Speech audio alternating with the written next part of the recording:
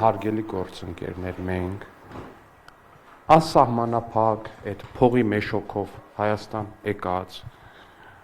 Հայաստանի քաղաքացիներին արտերկրից բռնաճնշումներով Հայաստան ուղարկող ամբողջ Հայաստանը ընտրակաշառքի մեջ թաթախած այդ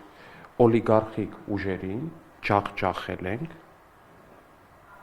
գցել են գետնին եւ նրանց վրայով քայլել են քաղաքական իմաստով։ Հիմա դուք ասում եք գործարք եք առաջարկել, որպեսզի եթե նույնիսկ միակ գործարքը, որ առաջարկում ենք ԲՀԿ-ին ու հիմա էլ առաջարկում եմ, դա այնա, որ մաքսիմալ արագ ժողովրդից գողացվածը վերադարձնեն ժողովրդին։ Ասում են դուք առաջարկել եք, եթե խորհրդարանացնել ձեզ Որ համար մամուլում այդպես բան կա։ Մամուլը ասել հրապարակվել է։ Որ մամուլն այդպես բան։ Հրապարակում է հրապարակ։ Հարգելի գործընկերներ։ Եթե չէ, նա մերժել է, ասում են ձեր գործարքի առաջարկը։ Դրա համար դուք դուրս եք թողել խորհրդարանից։ Դա ձեր ասածը ասել կարա չէ ինչ որ տրամաբանություն է։ Ես հասկանում եմ, որ իհարկե որ մեր ընդդիմադիր մամուլի մասնավորապես լեզվի տակ ոսկոր չկա ու ես օրական ինչ որ հոդվածներ եմ կարդում, որ ինձ թվում է, չգիտեմ, սա գրող մարդուն պետքա շատ շտապ ինչ որ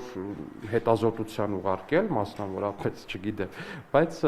ես կարծում եմ, որ ամեն ինչ պետքա չափ ունենա,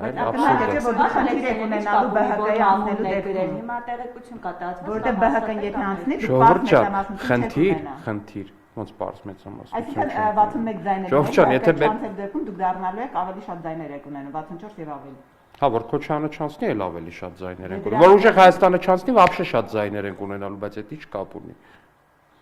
Կապ ունի այնքանով, որ դուք խնդիր եք ունենալու։ Ինչ խնդիր ենք ունենալու։ Գլխավոր դատախազների ընտրության դեպքում։ Հայաստանում խնդիր ունենալու են մենակ օլիգարխները եւ նրանց ընտրած ասովշիկները։